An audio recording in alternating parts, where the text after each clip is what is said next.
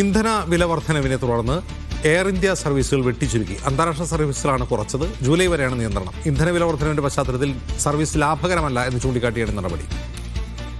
റഷീദ് വീണ്ടും ചേരുന്നു. റഷീദ്, ഏത് സെക്ടറിലുള്ള സർവീസുകളാണ് കുറച്ചത്?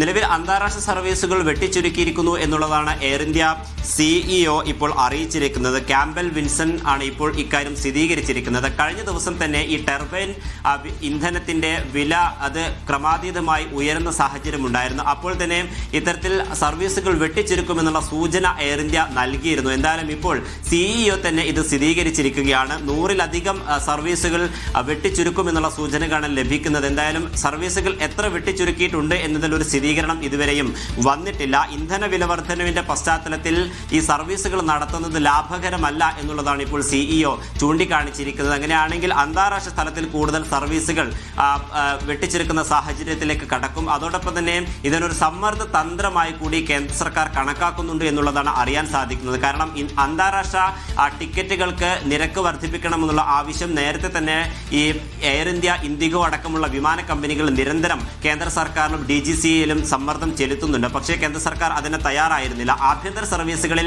ടിക്കറ്റ് നിരക്ക് ഉയർത്താനുള്ള ഒരു അനുമതി നൽകിയിരുന്നു. പക്ഷേ അന്താരാഷ്ട്ര തലത്തിൽ ഇത്തരം സർവീസ് നടത്തുന്നത് വലിയ തോതിൽ പ്രതിസന്ധി നേരിടുന്നുണ്ട് എന്നുള്ളതാണ് ഇപ്പോൾ എയർ ഇന്ത്യ അറിയിച്ചിരിക്കുന്നതിന്റെ പശ്ചാത്തലത്തിലാണ് ഇപ്പോൾ അന്താരാഷ്ട്ര സർവീസുകൾ വെട്ടിച്ചുരുക്കാനുള്ള തീരുമാനം എയർ ഇന്ത്യ എടുത്തിരിക്കുന്നത്.